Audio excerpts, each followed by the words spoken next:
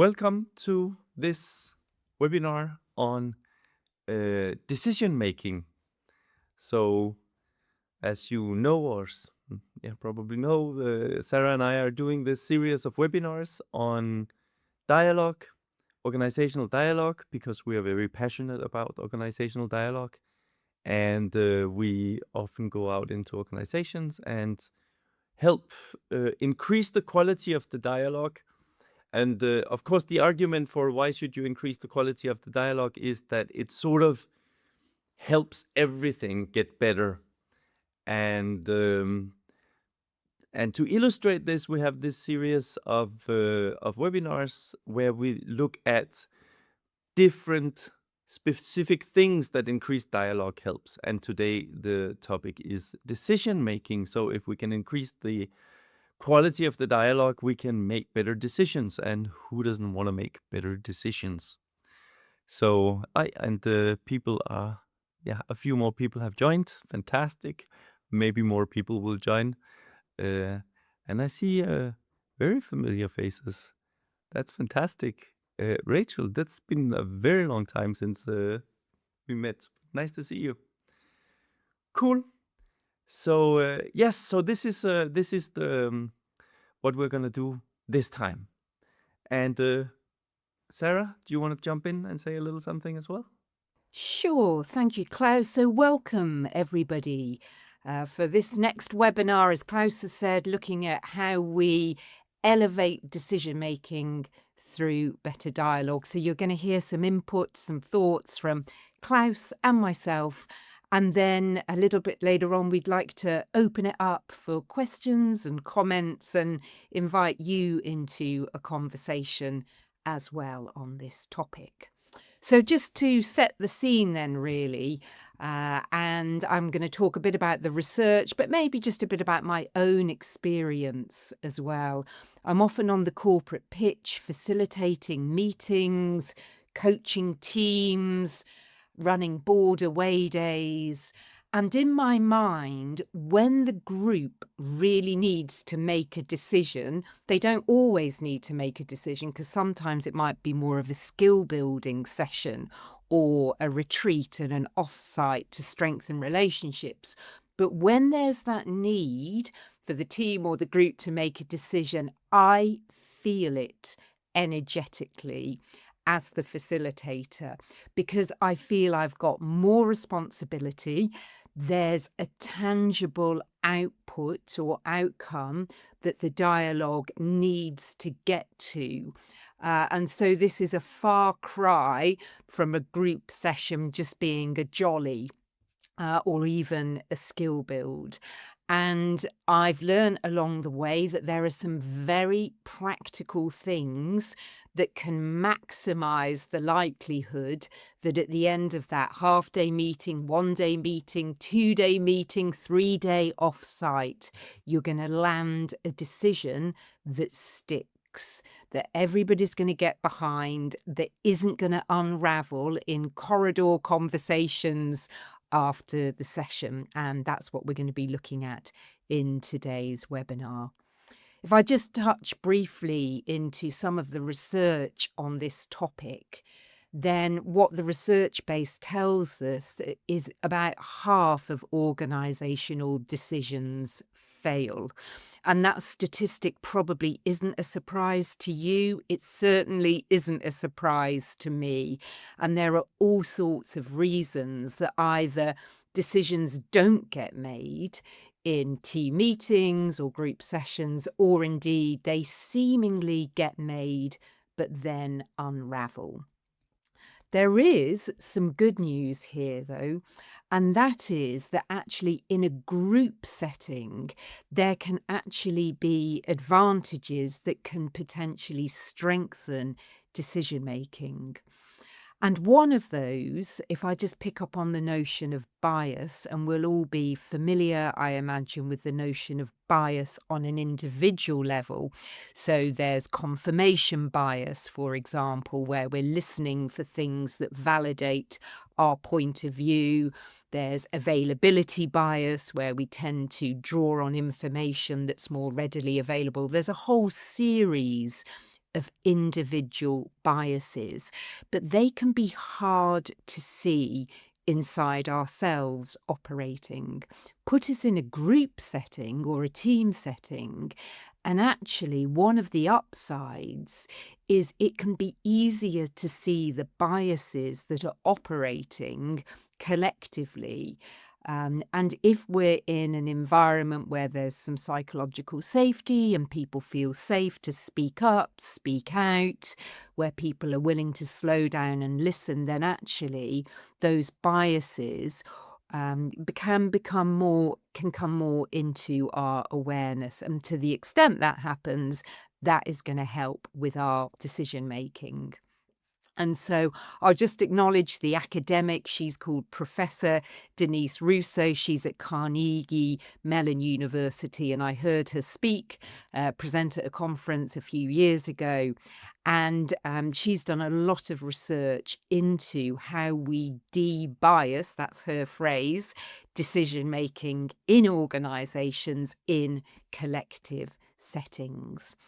And I'm not going to go through all this in detail, but she has a number of issues really that can get in the way of effective decision making. And one of those, for example, is setting out to solve the wrong problem. And of course, if we think it's a recruitment problem and we set out to have a dialogue about recruitment, but it isn't actually a recruitment problem, it's more to do with the nature of the culture or the way we do things around here, then that conversation is going to take us down a track that isn't helpful. So one of the things we want to be looking to do is making sure that we're solving the right problem. And then for each of these biases, there's what Rousseau calls a repair. There's a repair practice that we can bring in. And that's really what Claus and I want to give you a flavour of on this webinar. So on that note, Claus, I'm going to hand across to you. I think you're going to share a couple of ideas and then I'll come in with a third one a bit later on. Yeah, so always when we do these webinars, we want to give you something that you basically can just go out and do immediately after the webinar, something practical. So I'm going to share 2 practical tools and then Sarah come in with a third. And the first practical tool, I imagine a lot of you might be familiar with. How many here are familiar with the 4-player model of David Cantor? Ah, okay, you're in for a treat then. So, David Cantor originally worked in family therapy and did some research where they installed cameras in a lot of different houses, and they could just observe family dialogue and interactions. And then they sort of measured how those families got along. And one of the things that they found out was that the systems, the family systems that worked the best, there was something very specific about the kind of dialogue that they had. And they figured out later that also applies to organizations. So organizations that really thrive, you can look at the dialogue that is going on in that organization, and it has a specific composition. So what they found out was that dialogue that really works has 4 components. There are 4 different kind of things that people say, or in the words of David Cantor, 4 different kind of speech acts. First, some people have to propose stuff. Some people have to have an idea and say, I have this idea, let's do that. Or maybe I think this is the problem, or I think this is the solution to that problem, and so on. So somebody has to come up with proposals. Sometimes you will be in groups of people or in organizations where this doesn't really happen. If you're sitting in a meeting, nobody's really proposing anything. And then it all can feel quite stuck because there's no direction. And there can be a million reasons why people don't propose anything. Maybe there's a culture where propositions are shut down. Nobody want to get shut down. maybe people just don't have enough information to even start coming up with ideas. There can be a lot of reasons, but the fact is that if everybody's too careful or too timid, or only come up with propositions that are like truisms or very vaguely formulated, there's no direction. So sometimes you will sit in groups and people will say, I think that as an organization we should, and then some very high abstract thing that nobody could possibly disagree with. And you say, but that's hardly even a suggestion, because one test that I like to use often, actually, as a little side, little extra, that is, if somebody says, as an organization, we should do this, ask yourself the question, would it make sense to say the opposite? And if it doesn't make sense to say the opposite, it wasn't really, nothing was proposed. Like if somebody says, I think we should be very, have a very good customer service. Yeah, that's not even a proposition, because nobody in their right mind would say, I think we should have a very bad customer service. So uh, if people propose something, it's a little bit more putting a stake in the ground, saying something that at least can be contradicted. And that's a very good way of starting the dialogue. Now we have something to talk about. So that's the first speech act, and the Cantor calls this making a move. The next speech act is follow. He calls it follow, and that is, if somebody proposes something, somebody should also build on this. No idea comes fully formed. If somebody proposed something, that's not the final product, you can say. So in order for it to come to fruition, in order for an idea to be developed and actually turn into something useful, somebody has to build on that idea. And there is something very interesting, especially when you sit with groups of leaders, because I think there is a little bit, especially among managers, there can be a little bit of a cultural bias against following and building on somebody else's ideas. So in our minds, we have this leadership is about making decisions and setting directions and stuff like that, and followership, that's what the other people do. But there's been done. One of the things I do is I teach at Copenhagen Business School and I teach leadership, and when in the course on leadership, we always touch on the research on followership. And the in the field of followership, they usually say, well, if there are no followers, there are no leaders. Like one person sitting and setting direction and nobody following that person can hardly be, it would really be a stretch of the definition of a leader to say that that is a leader. So followership is incredibly important. Without followers, there is no leadership. And leadership consists of somebody setting a direction and somebody else going along with it. And it's quite interesting. We always have this little talk when we get to this point in the course, and we say, at many business schools, you can take courses in leadership. I have yet to see a business school where you can take a course in followership, right? And I see some people even find it humorous, and it's interesting that we find it. I find it funny too, but it's interesting that we find it funny given how important it is. But I think if I suggest to Copenhagen Business School that next year I want to teach a course in followership, I'm not sure I would get many people to sign up. So that is all just to say, in a good conversation, there need to be somebody making this speech act, building on other people's suggestions. If we don't do that, we end up with what I like to call a graveyard of ideas. You probably seen this kind of conversation. Somebody says, we could do this, great idea. Somebody says, that's a nice idea, we could also do this. and somebody else says, yeah, that's really cool. How about this? Nobody's picking up on anything. Some of the ideas might be great, but we'll never know because we never get to the place where we actually try them out. So somebody have to make moves, somebody have to make follows. The third speech act that's really important is the opposite of follow. It's oppose. So somebody suggests something and somebody has to challenge it, give pushback, find the weak points, and oppose the ideas.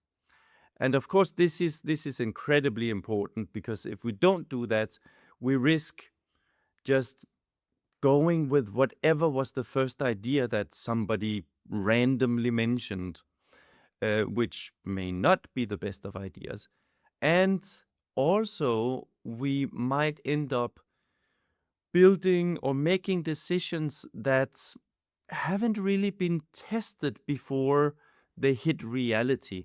So when we oppose something in a dialogue, it's a little bit pressure testing our ideas and our decisions and see, can we dismantle or find the weak points before reality does it for us?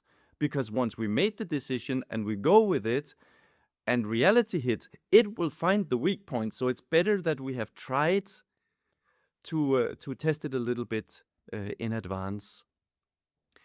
And again, there can be many reasons why this speech act is disabled in a dialogue, why nobody does it. Maybe the first person who came up with an idea was the highest person in the hierarchy, and nobody feels comfortable challenging the ideas of that person because people like their jobs and their careers and they worry about repercussions. That can be one side of it. Another side of it, which is very common also, is that people say, but they have so much experience. Surely they must have thought of what I'm thinking. So sometimes people, they won't oppose an idea just because they think it's probably stupid. I'm sitting in this room with so many intelligent people who maybe have a lot more experience than I have. Surely I can't be the only one thinking this, and they probably already thought about it, and there's a reason why that's not a valid oppose, so I'll just keep quiet. And when Sarah and I are working, we often talk about how it necessitates a particular form of courage to oppose, and it's a courage that is born out of a particular insight, I'd say, and that is the insight that nobody in the entire world has the exact blend of personal experience and professional experience that you have, and therefore you will see everything from a vantage point that is quite kind of unique to you. So it shouldn't come that much as a surprise if every now and then you see something that nobody else sees. And it's not maybe because you're more intelligent or more experienced than others. It's just nobody's looking at the thing from exactly your vantage point. When you understand that, that can sort of uh, help you muster the courage to speak up when you think you see something. So we have moves, follows, and opposes. Somebody has to propose something, somebody has to build on it, and somebody have to challenge it to make it better. The fourth speech act that is necessary in dialogue is bystanding. And bystanding is sort of taking a step back and, like Sarah was talking about, asking questions like, are we working on the right problem? Or are, is our understanding of what is the problem, is that actually the correct understanding? Is this a recruitment issue or is it something else? So this kind of broader perspective is really important. And I have a story that I love to share because it really makes it very clear. And that is, once I was working with a manager and they were expanding. They had purchased a new property, and they had to make a decision on what did we do in relationship to parking? And there were three options on the table. There was a parking lot that was conveniently placed very close to the building. And then there was another parking lot that was placed a little further away. The first one was a bit more expensive than the second one. And of course, the third option is we can also just give parking vouchers to anybody using their car to get to work. And for some inexplicable reason, the senior management team, when discussing this topic, the members of the senior management team had really strong opinions on this topic. And so they discussed it for a long time. And after, I think the guy I worked with said after an hour, he had to say, look, we have been discussing this for an hour. The difference in cost between the different options that we are trying to choose from is probably less than what it has cost us having the senior management team discussing this for an hour. Let's just, well, you can't keep really flip a coin to choose between three options, but let's just pick one and move on. It doesn't matter. We are actually working on the wrong problem here. And this sounds funny because it's about parking lots and stuff, but I see it all the time. I think one of the reasons that we sometimes work on problems that are not the problems that we should be working on is that the we like talking about things that are easy to talk about, and the problems we shouldn't really be working on at a certain level of the organizations. That's the problems that are easy to talk about. We should go for the ones that are much more complicated, much more uncomfortable, much more difficult to think through. Also, I will mention that in my PhD research, I was particularly interested in um, problems that managers experienced as unsolvable. And then we did a lot of we tested different ways of talking about and working with these problems. And some of the managers throughout the process of the research found good solutions to their problems. In I don't remember percentage, but in a large percentage of those cases, it turned out that their understanding of what was the problem was wrong. And when they understood what the problem actually was, sometimes they could solve it in an afternoon. And that is so interesting to see that something that had been having a real cost for the organization for years could be solved in an afternoon. All that was missing from the dialogue was a bystand, taking that step back and seeing, have we understood what the problem is? So these four speech acts, move, follow, oppose, and bystand, they are incredibly important. And what David Cantor's research shows is if there is a roughly even distribution, 25% of each of these speech acts, the dialogue is good. If any of them or multiple of them have been disabled or are missing, we run into the problems that I mentioned, right? Now, in terms of practical tools, I would actually recommend that you record some of your conversations and then you transcribe them and then you code them. So for every sentence, you just say, is this a move, a follow, oppose, or bystand? And then you could do it nicely in Excel, right? You have the sentences and then four comments, and you just put X's in, and then you have Excel count up how many X's are in each column. And then you see the distribution. You can even have a nice pie chart. And the reason I say this is because many times when I do this exercise with students at CBS all the time, many times they think, oh, in our conversation, there was a lot of follow and oppose or something like that. Then they do this little exercise and they understand, no, actually, now that we scrutinize it, nobody made any follows. We just had a feeling that they did. So this exercise can be excellent at honing your ability to, over time, start being able to do this process of diagnosing the dialogue in real time. When you can do that, then you can notice while you're having the dialogue which are the speech acts that are missing. And then you can bring them in. And you can bring them in one of two ways.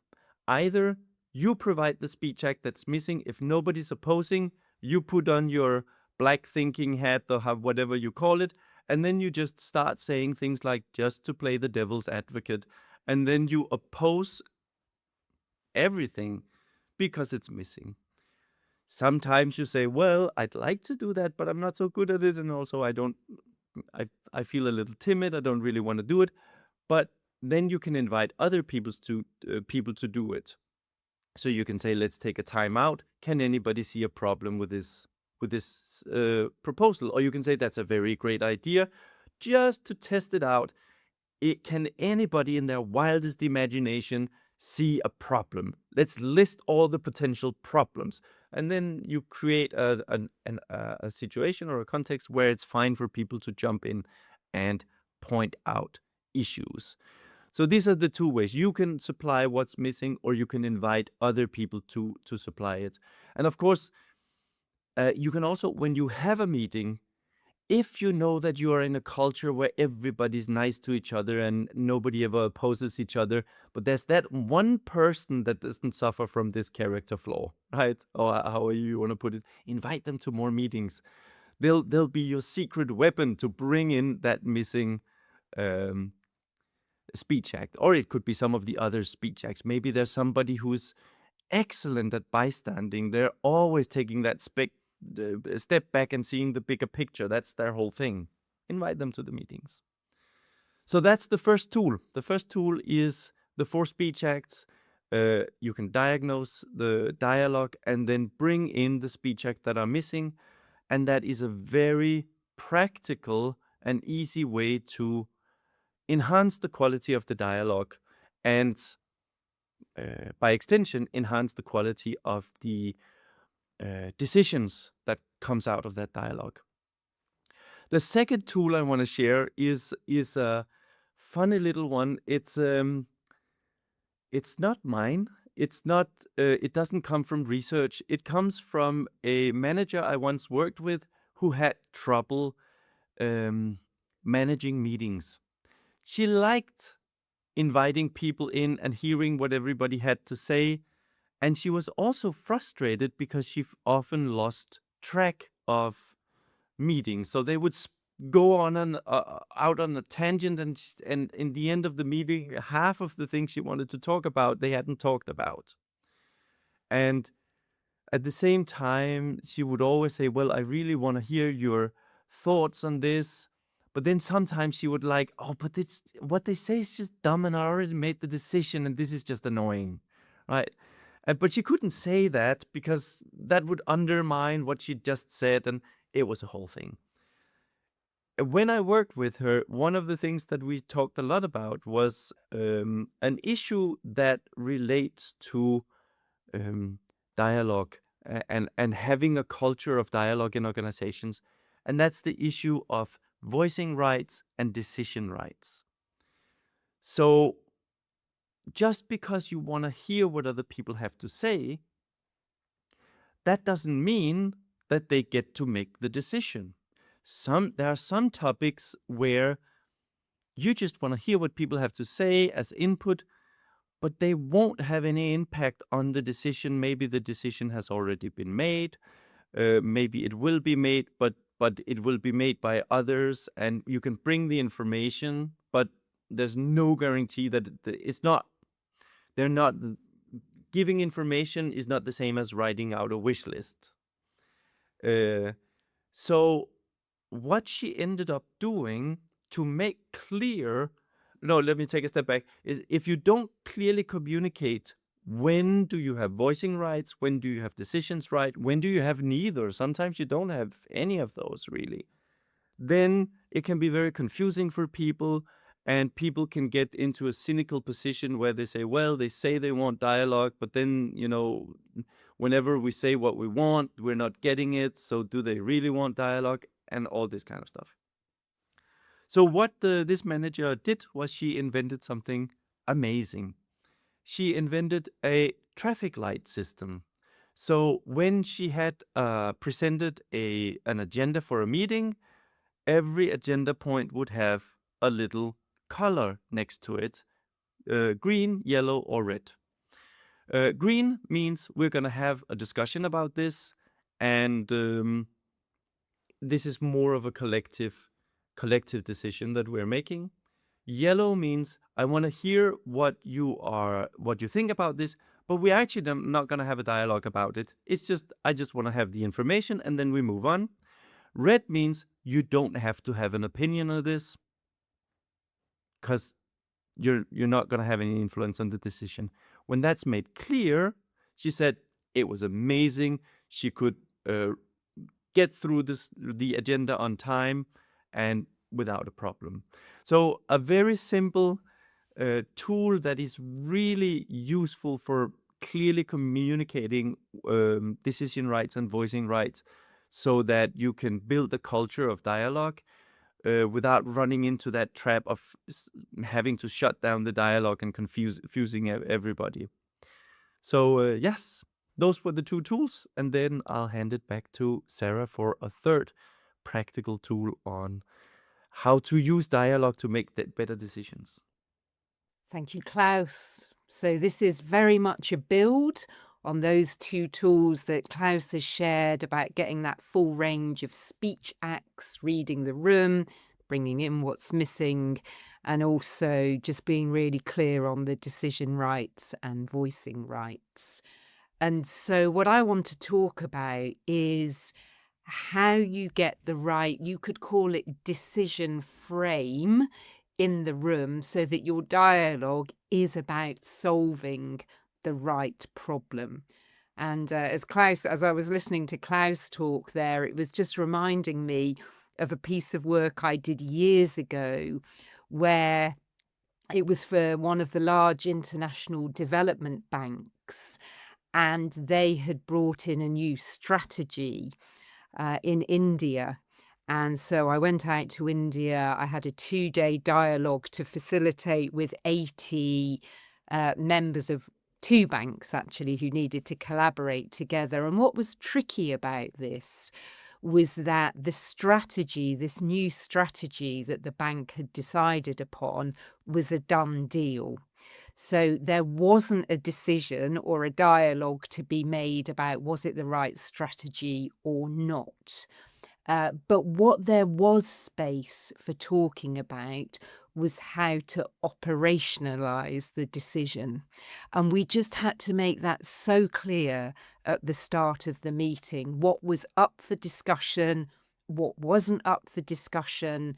And we went in with a series of questions. And this is one of the things I really want to talk about, is in order to get the right decision frame, so you're actually having a dialogue about solving the right problem, it really helps to bring in some questions early on in the meeting. What I did with that particular piece of work was work with 2 main questions early on, which was what's at risk if we do introduce the new strategy, what's at risk if we don't.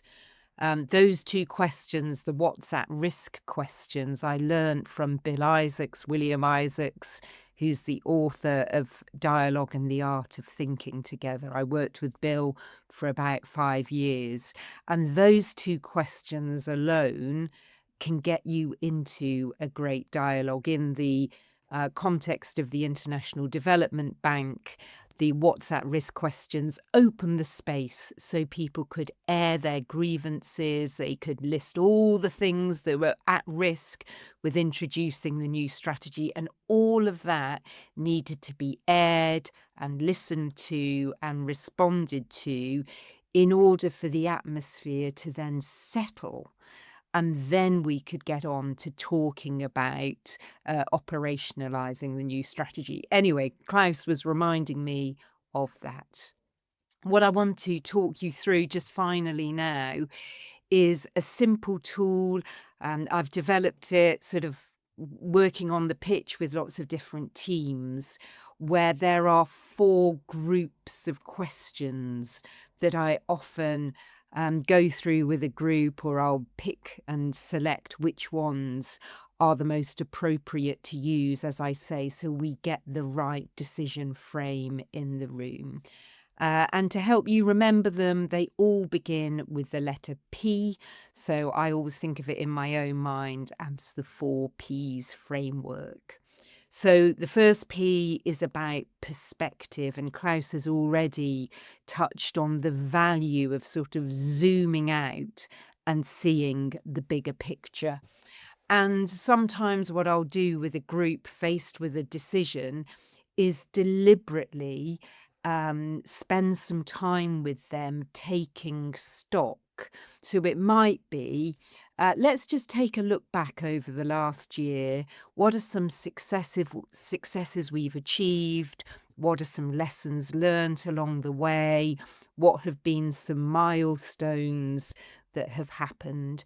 And in a group that's maybe got 12 or 15 people in the room, I'll get people into groups of 4. They'll each talk through the successes, lessons learned, milestones. I often give them pieces of card to capture that. And then we lay it out on the floor.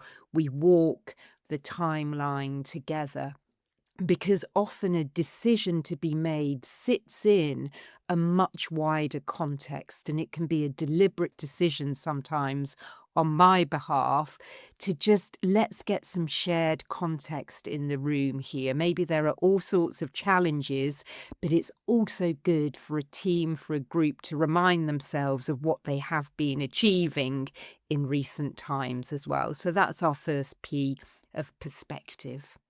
The next P is performance.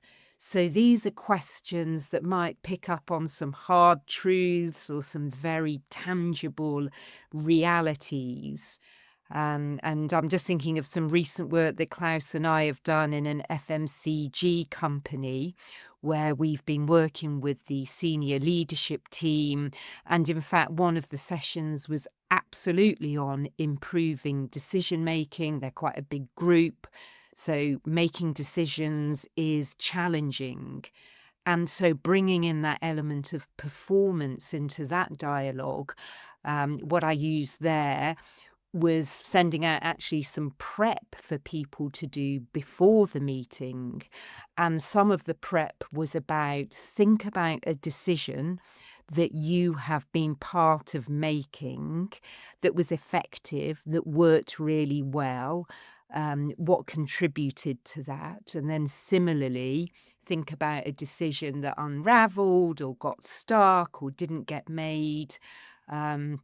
And what happened there and what contributed to the ineffective decision making. So people have got the opportunity to gather their thoughts before they come into the in-person meeting. And then again, in small group settings, people told the stories, the success stories, the stories of it would have been even better if.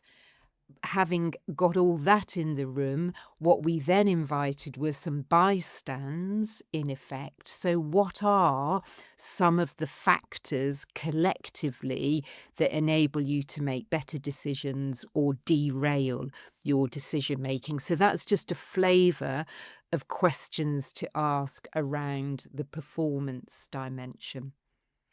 Coming to the third P, that's for people. And there are all sorts of questions you could be asking in this territory. A recent example would be working with a board of a UK not-for-profit. So in the room, I had the exec directors and the trustees, and part of that session was about strengthening them, working together, where, as I'm sure you're aware, the trustees are there to be critical friends and bring the right amount of challenge and support. And that can be a delicate balance sometimes. And on the table were a new set of values for the organisation. They'd done a lot of work on those. They drafted the values. And what we did at that session, again in smaller groups where trustees and exec directors were all mixed up. So we had a series of mixed groups. We took each of the values and I invited them into a conversation about what do we want to see and hear about this value, and what don't we want to see and hear about this value. So it was a conversation very much about human behavior, very much about what we want, what we don't want. There was good conversational turn taking. We're often changing up the choreography in sessions when you've got 20 people in the room, getting people into those small groups to give more airtime for people, encourage the conversational turn taking, then bring everybody back, hear from the different groups, see what the patterns are, what the emerging intelligence has got to say in the group, can get you a very insightful and also engaging conversation. And out of all that work, the exec team and the CEO was able to go away and then actually make the final decision on the values and the articulation of those values. And then finally, the fourth P is for purpose. And well, I think we did a whole webinar last week on organizational purpose. So the recording's available if you want to catch up on that. But I'll just share one observation because that's a whole huge territory. But I work a lot with the subject of purpose with teams and organizations. And there's so many questions you could ask there. I often give a menu of questions for people to choose from. So I often, again, will get people into smaller groups and just say to them, here are some questions you could explore. Go for the one that you've got most energy for. And the observation I want to share with you is that there's one type of question that seems to get selected more often than not. And it's a question that's along the lines of where do we see contradictions between our stated organizational purpose and then what we're actually doing as an organization. And those conversations, those dialogues, I think, have been really illuminating, not always comfortable for organizations to have. And Paul Polman's book comes to mind, Net Positive. So Paul Polman, you might know, was the CEO of Unilever for 10 years. He very generously wrote the foreword to my book, Powered by Purpose. In his book, Net Positive, he writes about many of the successes at Unilever of becoming a purpose-driven company, but also refreshingly, he writes about the rude awakenings that Unilever had along the way. And just having enough psychological safety in the room, in the dialogue, that you can air the rude awakenings, the contradictions, where what we're living isn't actually the same as what we're espousing, can also really bring some gems into the dialogue that can then strengthen the decision making. The final thing I'm just going to say, sort of in a way, bringing all of that together, and then, as I say, we want to open it up for questions and comments from you, is just the notion in a team meeting or an offsite of a bank. So just like you might have a piece of paper, piece of flip chart paper for your parking lot, and you put on there the questions that you maybe don't want to answer in the moment. So in a similar way, the bank is a sheet of flip chart paper where the currency of the bank are shared understandings, or they could be agreed actions that you capture as you're going through the team meeting or the day's offsite. So instead of scrabbling around at the end of the meeting, what have we agreed? What are the actions we're taking away? But you've actually got some capture, and then towards the end of the meeting, you can spend some time going through the bank, and you've got that crystallized set of understandings and actions. And that is really empowering for a team to have a sense of forward momentum as they're going through a session, that this conversation, this dialogue is actually making a difference and going to change some things. So that's just the notion of the bank. So I'm going to pause there. And as I say, just would love to hear from you, whether you want to type a question in the chat or raise your hand digitally or physically. But questions, comments, your wisdom, very welcome here.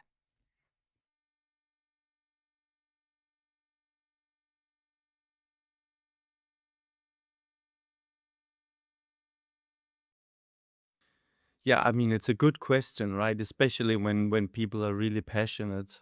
Uh, I would imagine there's also a more flat sort of hierarchy, if you can call it that, right? So, but there is something about picking the people who have the final say and having a dialogue about who has the final say.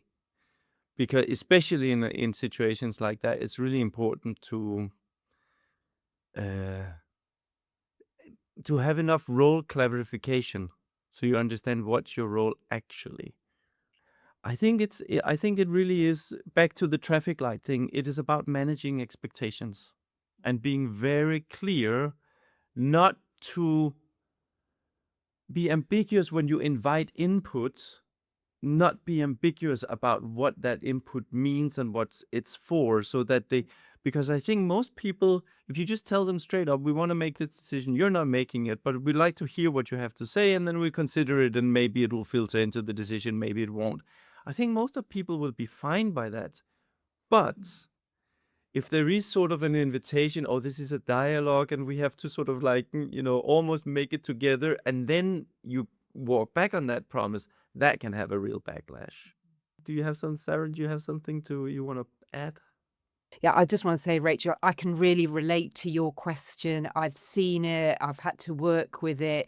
Funnily enough, in the area of purpose, where we had to put a working group together in an organization where there was lots of passion for developing a new purpose, but there was a small working group. We were really thoughtful about who went on the working group. We went for diversity of level and background, and somebody who was also really good with words that could help land the phrase. Anyway, there's more I could say, but it's a really good question and challenge.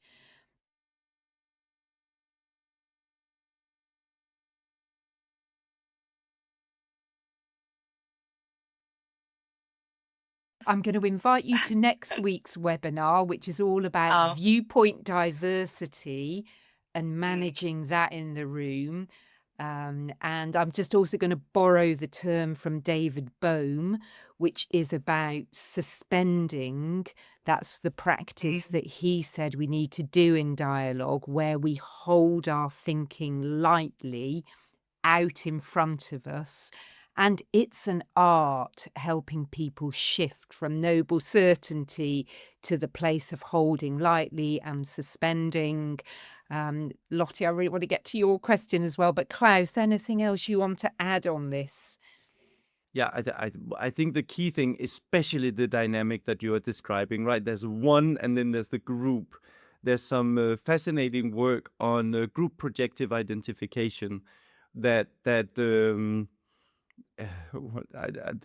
I'll just make it short, but many times you'll see this dynamic, right? So the group has a certain coherent value system, and then there's that odd one out. And the beauty of that is that it opens the possibility of having a dialogue between those two viewpoints, those two value systems, and then it becomes a, a shared um, challenge to understand what is that person that looks like annoying, right? Life would be so much better if they weren't there, because everything would be nice and coherent. What is it that they are bringing to the table that's valuable and important, even and maybe especially if they can't formulate it themselves. Sometimes people have like that, they say, this is my value and this is my point of view, uh, but they're not formulating it very well, and it sounds a little bit odd. And then it becomes that shared responsibility of saying, like, what are you onto? What have you smelled that the rest of us can't detect yet? But as Sarah says, this is come to the next week, next Monday, because that's exactly what we're gonna look at there.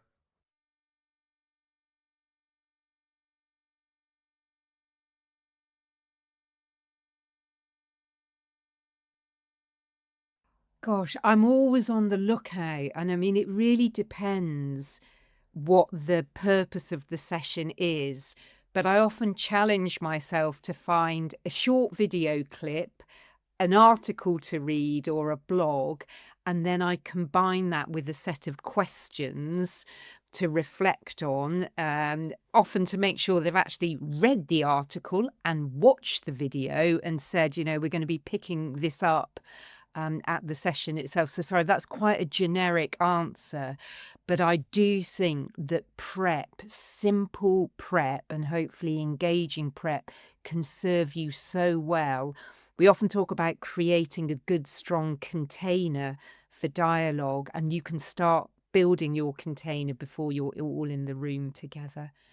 I think Steve's just popped off. He had a question there, Klaus. I don't think we've But got to it. I think it was answered actually, right? This is wonderful.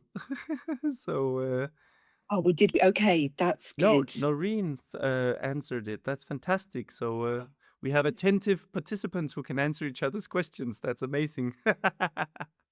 Great. And I know we're just over time, so just to acknowledge that. Yeah. So maybe just to round off, I'll just say that, of course, you're very welcome to come to next week's webinar. Also on a Monday, we're going to be looking at viewpoint diversity, which is incredibly interesting, I find. And yeah, we do workshops on this. Sometimes we do open workshops, sometimes we do in-house work. If you are interested in joining in an open workshop with people from many different organizations, write to us indicating your interest. And when the list of people who are interested are long enough, then we put dates in the calendar.